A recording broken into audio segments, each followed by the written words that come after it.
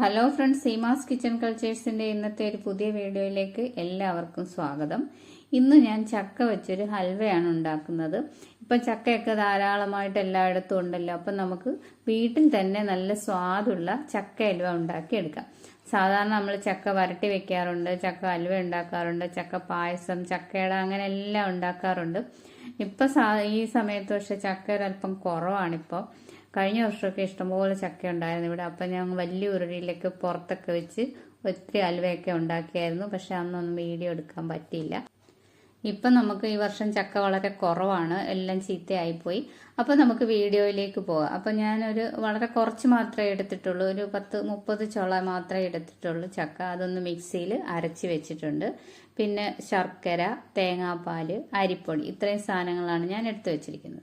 ഇനി നമുക്കൊരു പാൻ അടുപ്പത്ത് വെച്ചിട്ട് അത് ചൂടായി കഴിയുമ്പോൾ ഒരു 2 സ്പൂൺ നെയ്യ് ഞാൻ അതിലേക്ക് ചേർത്തിട്ടുണ്ട്. ഈ നെയ്യ് ഒന്ന് ചൂടായി വരുമ്പോഴത്തേക്ക് നമുക്ക് മിക്സിയിൽ അരച്ച് വെച്ചിരിക്കുന്ന വരിക്കച്ചക്കയാണിത്. വരിക്കച്ചക്ക നമുക്ക് അതിലേക്ക് ഇട്ട് കൊടുക്കാം. ഇനി നമുക്ക് ഈ ചക്ക ഈ നെയ്ക്കകത്ത് കിടന്ന് നല്ലോണം ഒന്ന് ഇളക്കി നന്നായിട്ട് നെയ്യൊക്കെ ഒന്ന് ചക്കയിലൊന്ന് പിടിച്ച് ചെറിയ ചെറിയ ഇങ്ങനെ കുമളകൾ വരുന്നത് വരെ നമുക്കിതൊന്ന് ഇളക്കി കൊടുക്കണം. ഒരു 2-3 മിനിറ്റൊക്കെ ഇളക്കിയാൽ മതി. അപ്പോഴത്തേക്ക് ഇങ്ങനെ ചെറിയ ചെറിയ കുമളകൾ വന്ന് നമ്മുടെ ഈ ചക്ക നന്നായിട്ട് ചൂടാവും. നെയ്യൊക്കെ നന്നായിട്ട് പെരണ്ട് കഴിയുമ്പം വേണം നമുക്കിതിലേക്ക് ശർക്കര ചേർത്ത് കൊടുക്കാൻ. ശർക്കര ചക്കയുടെ മധുരം അനുസരിച്ച് ചേർക്കണം. ഹലുവയ്ക്ക് എന്തായാലും കുറച്ച് നല്ല മധുരം വേണം. എനിക്ക് കുറച്ച് കൂടുതൽ മധുരമുള്ളതാണ് ഇഷ്ടം. അപ്പോൾ എല്ലാവരും മധുരം അവരവരുടെ പാകത്തിന് ചേർക്കുക. ഇവിടെ ഇപ്പം ഞാൻ വളരെ കുറച്ച് ചക്കയല്ലേ ഉള്ളൂ, അതുകൊണ്ട് ഒരു 350 ഗ്രാം ശർക്കര ഉരുക്കി വെച്ചിട്ടുണ്ട്. അത് നമുക്ക് കുറച്ച് ചേർത്തിട്ട് പിന്നെ മധുരം നോക്കിയിട്ട് ചേർക്കാം. അപ്പോൾ നമ്മുടെ ചക്ക നെയ്ക്കകത്തെല്ലാം നന്നായിട്ടൊന്ന് ചൂടായി എല്ലാം നന്നായിട്ട് പെരട്ടിട്ടുണ്ട്.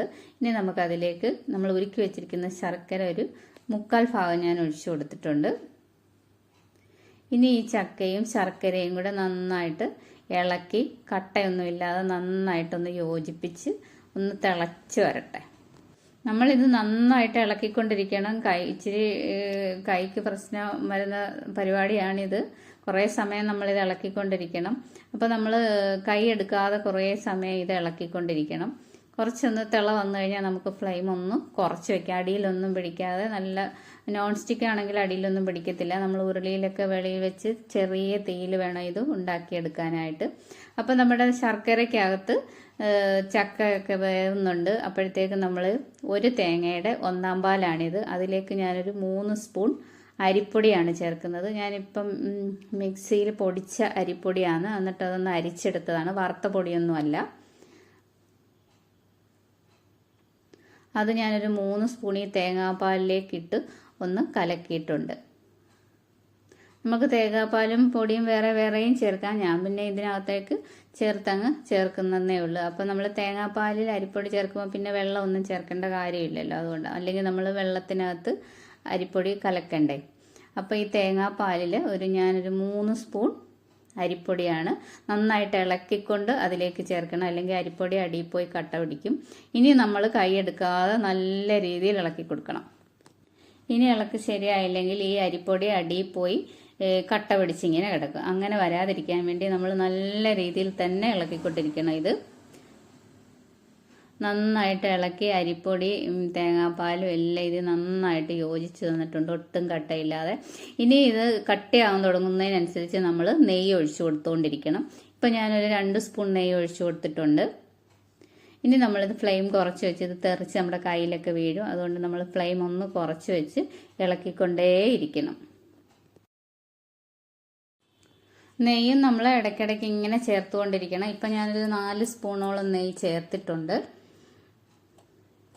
വെളിച്ചെണ്ണ ചേർത്താലും മതി. നമ്മൾ കടകളിൽ നിന്നൊക്കെ വാങ്ങിക്കുന്ന ഹലുവയിൽ കൂടുതലും വെളിച്ചെണ്ണയൊക്കെയാണ്. നെയ്യ് ചേർക്കുന്നതാണ് ഹലുവയ്ക്ക് എപ്പോഴും ടേസ്റ്റ്.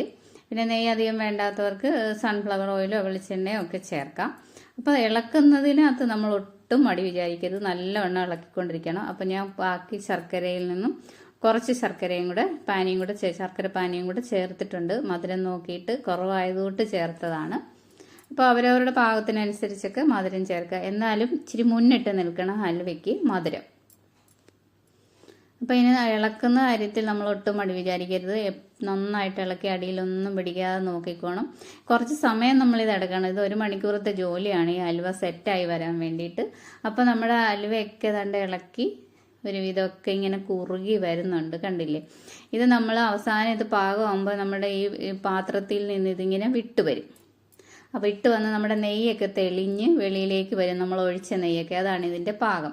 ഇനി നമുക്കിതിലേക്ക് കുറച്ച് ഏലക്കാപ്പൊടിയാണ് ഞാൻ ചേർക്കുന്നത്. ഏലക്കയും പഞ്ചസാരയും കൂടെ പൊടിച്ചതാണ്. അത് ഒരു സ്പൂണോളം ഞാൻ ചേർത്തിട്ടുണ്ട്. അത് ഇതിനകത്തെല്ലാം നന്നായിട്ടൊന്ന് ഇളക്കി യോജിപ്പിക്കണം. ഇനി ഇതിലേക്ക് നമ്മൾ വറുത്ത് വെച്ച നട്ട്സും മുന്തിരിങ്ങയും ചേർത്തിട്ടുണ്ട്. അതും നന്നായിട്ടൊന്ന് ഇളക്കി യോജിപ്പിക്കുക. നമ്മൾ ഫ്ലെയിം കുറച്ചിട്ട് പയ്യെ ഇളക്കിക്കൊണ്ടിരുന്നാൽ മതി, തീ കൂട്ടിയിടാതിരുന്നാൽ മതി. അപ്പം നന്നായിട്ട് കിട്ടും ഇത്. അപ്പം നമ്മൾ ഇളക്കി അതിൻ്റെ ഈ പരുവായിട്ടുണ്ട്. നമ്മുടെ അലുവയൊക്കെ പാകമായി വരുന്നുണ്ട്. നമ്മുടെ പാത്രത്തിൽ നിന്നൊക്കെ ഇത് വിട്ട് വരാൻ തുടങ്ങി. ഇത് ഇങ്ങനെ ഇങ്ങനെ ഓടിക്കളിക്കും ഈ പാത്രത്തിൽ. ഇത് നെയ്യൊക്കെ കണ്ടില്ലേ വെളിയിലേക്ക്, നമ്മൾ ചേർത്ത് കൊടുത്ത നെയ്യൊക്കെ ഇങ്ങനെ വെളിയിലേക്ക് ഇതിൽ നിന്ന് ഇറങ്ങി വരുന്നുണ്ട്. നമ്മുടെ ഈ അലുവയ്ക്ക് മുറുക്കം കിട്ടാൻ വേണ്ടിയാണ് നമ്മൾ അരിപ്പൊടി ചേർക്കുന്നത്. അരിപ്പൊടിയോ മൈദയോ കോൺഫ്ലവറോ ഗോതമ്പ് പൊടിയോ ഒക്കെ ചേർക്കാം. കഴിഞ്ഞ വർഷം ഞാൻ ഗോതമ്പ് പൊടിയായിരുന്നു ചേർത്തത്. അപ്പം നമ്മുടെ അലുവയൊക്കെ കണ്ട് റെഡിയായി വരുന്നുണ്ട്. നമ്മളിത് ഒരു സ്പൂണിൽ ഒരല്പം എടുത്ത് കൈ കൊണ്ടൊന്ന് തൊട്ട് നോക്കുമ്പോൾ നമ്മുടെ വിരലിൽ ഇത് ഒട്ടിപ്പിടിക്കരുത്. നമ്മളിങ്ങനെ കയ്യിലിങ്ങനെ ചെറിയ ഉരുളകളാക്കി ഉരുട്ടാൻ പറ്റണം. ഇത് ആ ഒരു പരുവത്തിൽ വരെ നമ്മളിത് ഇളക്കിക്കൊണ്ടിരിക്കണം. നെയ്യെല്ലാം നമ്മൾ ചേർത്ത നെയ്യെല്ലാം അലുവയിൽ നിന്നും വിട്ട് വരുന്നുണ്ട് പാത്രത്തിലേക്ക്. ഈ ഒരു പരുവൊക്കെ ആകുമ്പോൾ നമുക്ക് ഇത് അടുപ്പിൽ നിന്നും വാങ്ങി വെക്കാം.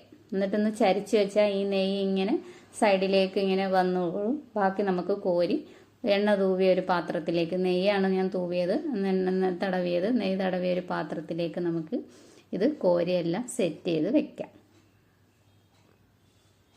ഇഷ്ടം പോലെ ചക്കയൊക്കെ എല്ലാ വീട്ടിലും ഉണ്ട്. അപ്പോൾ എല്ലാം വെറുതെയൊക്കെ പഴുത്തൊക്കെ താഴെ വീണ് പോവുകയാണ്. അപ്പോൾ കുറച്ചൊന്ന് കഷ്ടപ്പെടണമെന്നേ ഉള്ളൂ. വളരെ സ്വാദിഷ്ടമായ അലുവ നമുക്ക് ഇതേപോലെ വീട്ടിലുണ്ടാക്കാം. ഇതിപ്പം വളരെ കുറച്ച് മാത്രമേ ഞാൻ ഉണ്ടാക്കിയുള്ളൂ. ഇവിടെ ചക്കയെല്ലാം തീർന്നു പോയിരുന്നു. അത് ഈ പ്രാവശ്യം അധികം ചക്കയൊന്നും കിട്ടിയില്ല. അപ്പോൾ നമ്മുടെ സ്വാദിഷ്ടമായ ചക്ക അലുവ ഇവിടെ റെഡി ആയിട്ടുണ്ട്. അപ്പോൾ ഞാനിത് രാത്രിയിലാണ് ഉണ്ടാക്കി വെച്ചത്. രാവിലെ ആയപ്പോഴത്തേക്ക് ഇത് സെറ്റായി. രാവിലെ ആവണമെന്നില്ല, ഒരു 2 മണിക്കൂർ കഴിയുമ്പോൾ തന്നെ ഇത് സെറ്റാവും. ഞാൻ രാവിലെ മുറിച്ചെന്നേ ഉള്ളൂ. അപ്പം നമ്മുടെ അലുവ എല്ലാം മുറിച്ച് കണ്ടില്ലേ, നല്ല പരുവത്തിന് കിട്ടിയിട്ടുണ്ട്. അപ്പോൾ എൻ്റെ വീഡിയോ ഇഷ്ടപ്പെട്ടെങ്കിൽ സബ്സ്ക്രൈബ് ചെയ്യാനും ലൈക്ക് ചെയ്യാനും ഒന്നും മറക്കരുത്. എല്ലാവരും ഇതുപോലെ ഒന്ന് ട്രൈ ചെയ്ത് നോക്കണം. ഒരുപാട് പേർക്കൊക്കെ അറിയായിരിക്കും, അറിയാൻ വയ്യാത്തവർക്ക് വേണ്ടി പറഞ്ഞതാണ്. അപ്പോൾ എല്ലാവർക്കും താങ്ക് യു.